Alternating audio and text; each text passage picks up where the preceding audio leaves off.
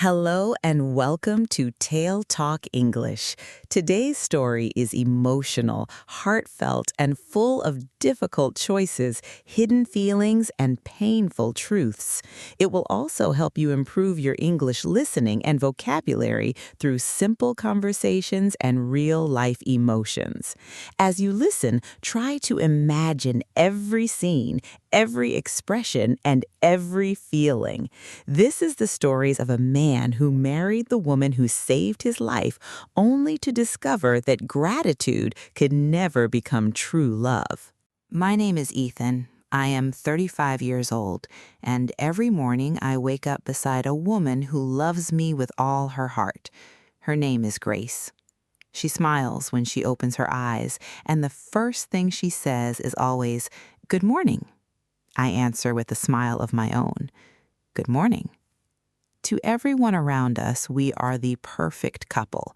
We have a comfortable home, good jobs, kind neighbors, and friends who admire our marriage. People often tell us how lucky we are to have found each other. I always thank them. Then I quietly change the subject. The truth is something I have hidden for years. Grace loves me deeply, but I have never loved her the same way. Every day, that truth becomes heavier. Every day, I feel more like a man living inside a story that was never meant to be mine. Grace wakes up before me every morning. She prepares breakfast while soft music plays in the kitchen.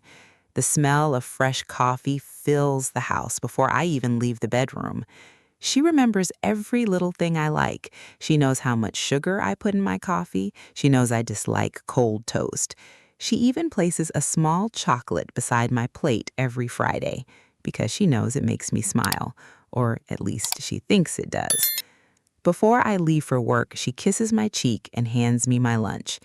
Inside the lunch bag, there is always a small note. Some notes are funny, some are romantic, some simply say, "Take care of yourself." I keep every note. I cannot throw them away. Each one reminds me how kind she is. Each one reminds me of the lie I continue to live. Sometimes I wonder if she notices that my smile never reaches my eyes. If she does, she never says anything. 5 years ago, my life looked completely different. Back then, I owned a small repair shop.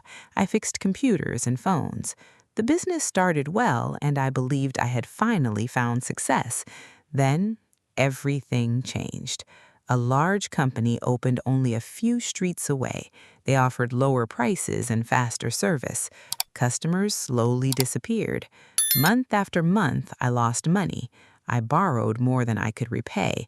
Soon, I could no longer pay the rent for my shop. Then, I lost the business. After that, I lost my apartment. I packed everything I owned into my old car. For several weeks, that car became my home. I parked in different places every night because I did not want anyone to notice. I showered at a public gym whenever I could afford a daily pass. Some days, I skipped meals because I needed the little money I had left for gasoline. I stopped answering my phone. Creditors kept calling. Friends slowly disappeared. Some promised to help, but they never did. Others simply stopped replying to my messages. I cannot blame them. Nobody wants to stay close to a man whose whole life is falling apart. Every morning, I asked myself the same question. How did everything disappear so quickly? One rainy afternoon, I walked into a small bakery to escape the weather. I had enough money for only one cup of tea. The bakery was warm and quiet. People were talking softly while the smell of fresh bread filled the air. That was where I first met Grace. She worked behind the counter. She noticed me sitting alone for almost an hour. I kept looking at my empty cup because I had nowhere else to go. Finally, she walked over with a gentle smile. "Would you like some more tea?" she asked. I looked at my wallet before answering. "I'm sorry, I can't afford another cup." She looked at the empty chair across from me. "May I sit down for a minute?" I nodded. She sat quietly. For a few moments, neither of us spoke. Then she asked one simple question. "Are you doing okay?" Nobody had asked me that in a very long time. I wanted to say yes. Instead, I surprised myself. I told her everything. I told her about my business. I told her about my debts. I told her about sleeping in my car. I even admitted that I felt ashamed every time I looked in a mirror. She listened without interrupting me. She did not offer advice. She did not judge me. She simply listened. When I finished speaking, she stood up without saying a word. A few minutes later, she returned carrying a bowl of hot soup and fresh bread. "I didn't order this," I said. "I know," she replied. "I can't pay." "You don't have to." I stared at the food for several seconds. Nobody had shown me that kind of kindness in months. I thanked her more than I can remember. She simply smiled. Everyone needs help sometimes. That sentence stayed with me. I returned to the bakery the next day and the day after that. Sometimes I bought tea. Sometimes I could only afford water. Grace never treated me differently. She always made time to sit with me during her break. Little by little, I stopped feeling invisible. She encouraged me to apply for jobs. She helped me rewrite my resume. She even printed copies without asking me for money. One afternoon, she handed me a piece of paper. "I think this company is hiring." It was a small electronics warehouse. I almost did not apply because I believed they would reject me. Grace convinced me to try anyway. A week later, they offered me the job. It was not exciting work. The salary was modest, but it was enough to help me start again. For the first time in many months, I believed my life could improve. As the months passed, things slowly became easier. I rented a small apartment. I paid off part of my debt. I bought new clothes for work. Every success I had seemed connected to Grace. She celebrated every small victory as if it were her own. When I received my first full paycheck, she surprised me with a homemade cake. She laughed because she had accidentally burned one side of it. We ate it anyway. That evening, I remember looking at her across the table.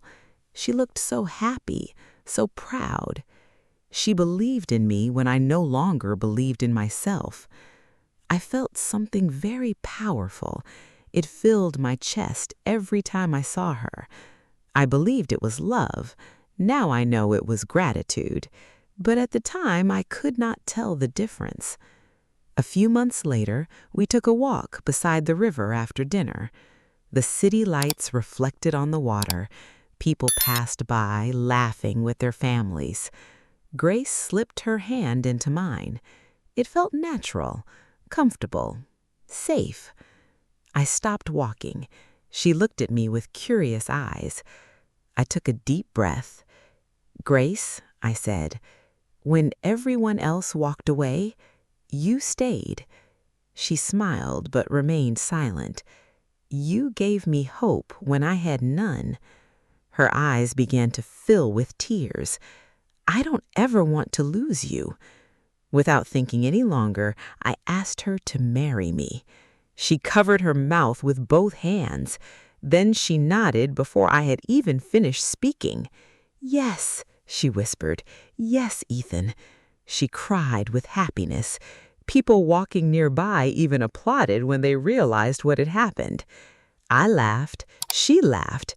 For the first time in years, I believed everything would be all right. I truly thought love would come later. I thought it would grow naturally after marriage. I could not have been more wrong. We got married 6 months later. It was a small wedding with only our closest family and friends. We did not spend much money because we were still rebuilding our lives.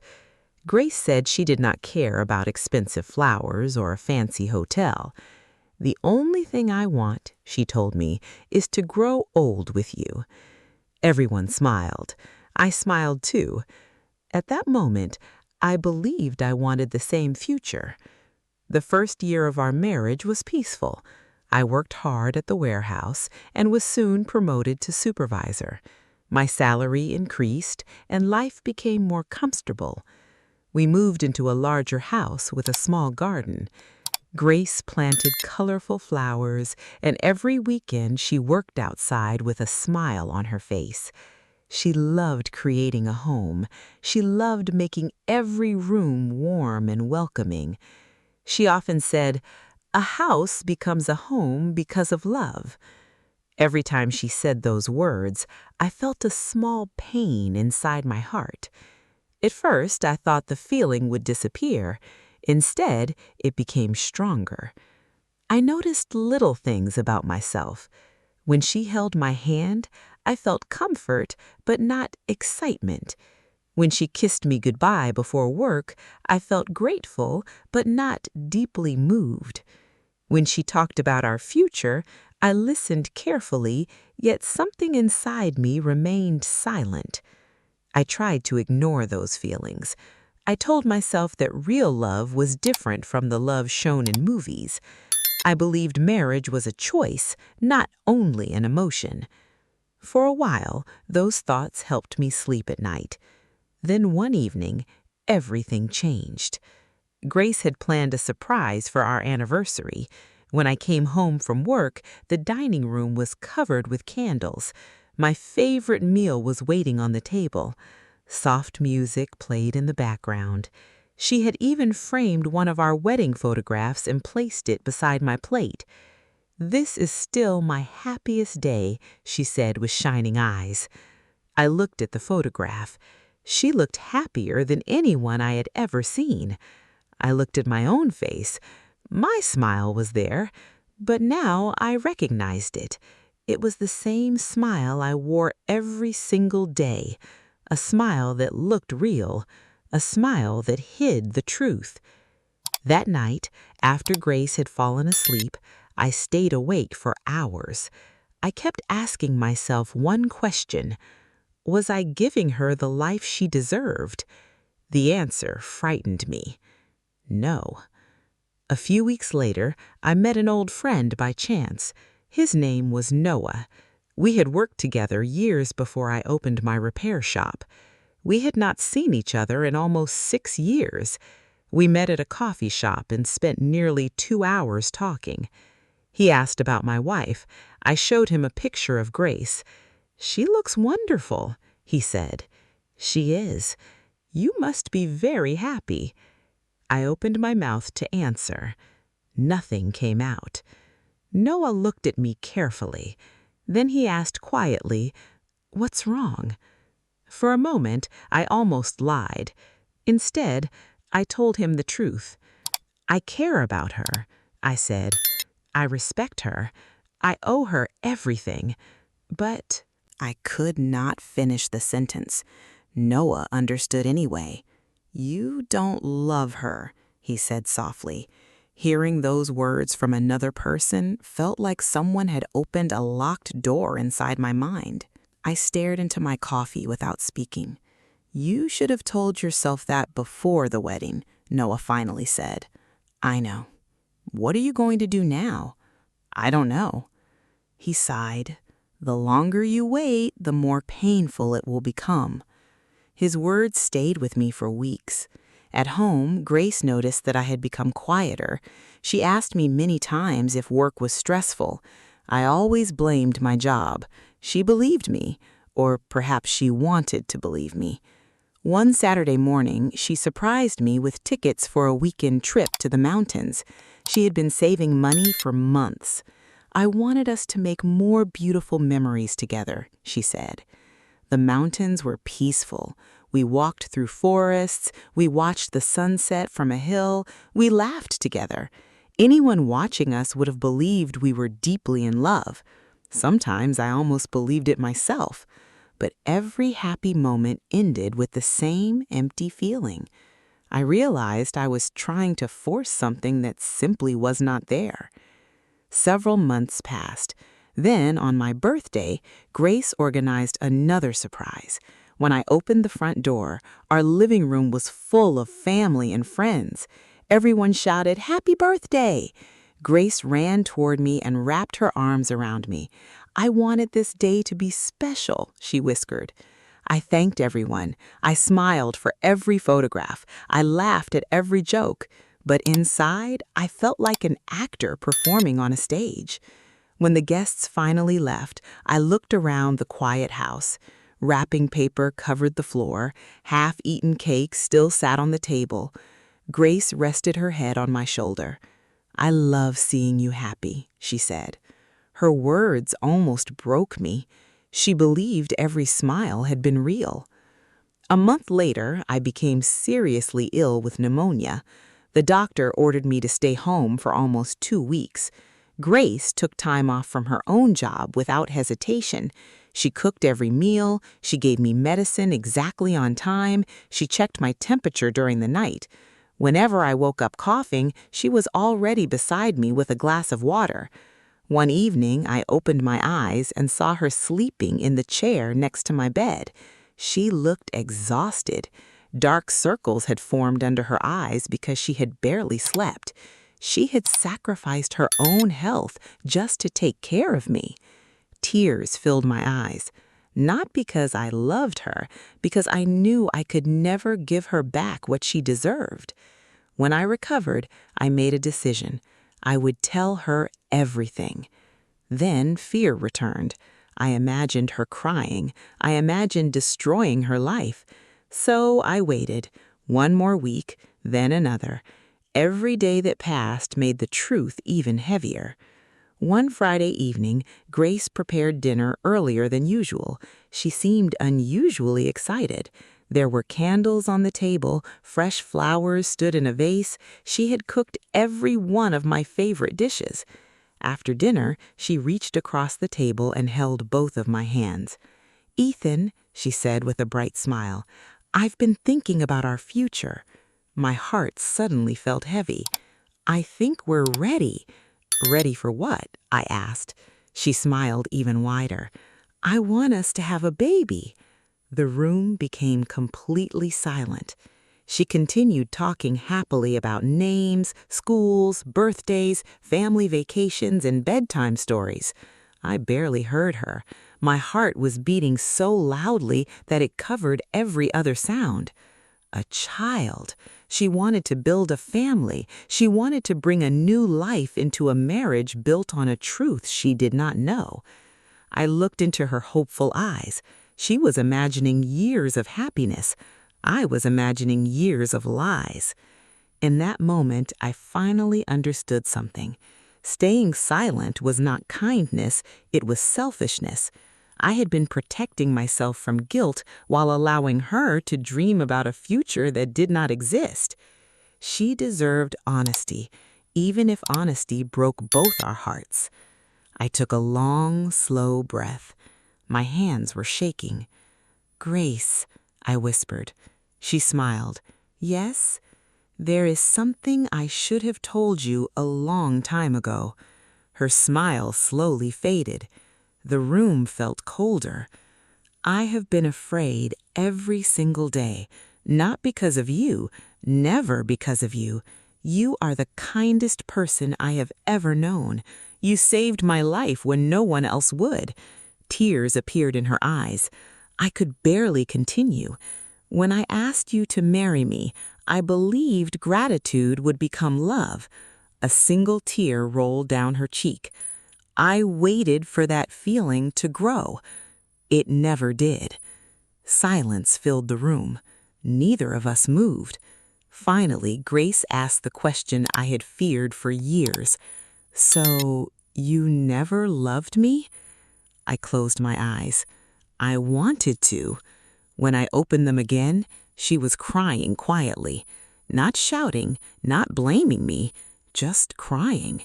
She stood up slowly and walked toward the window. After a long time, she spoke. "The saddest part is," she whispered, "I would have stayed by your side even if you had never married me." Those words shattered what remained of my heart. I realized then that love cannot be built from guilt. Gratitude is beautiful, kindness is powerful, loyalty is important, but none of them can replace genuine love. Sometimes the hardest truth causes the deepest pain, yet it also gives people the chance to find the happiness they truly deserve. And although that night became the end of our marriage, it was also the first night we both stopped living inside a beautiful lie.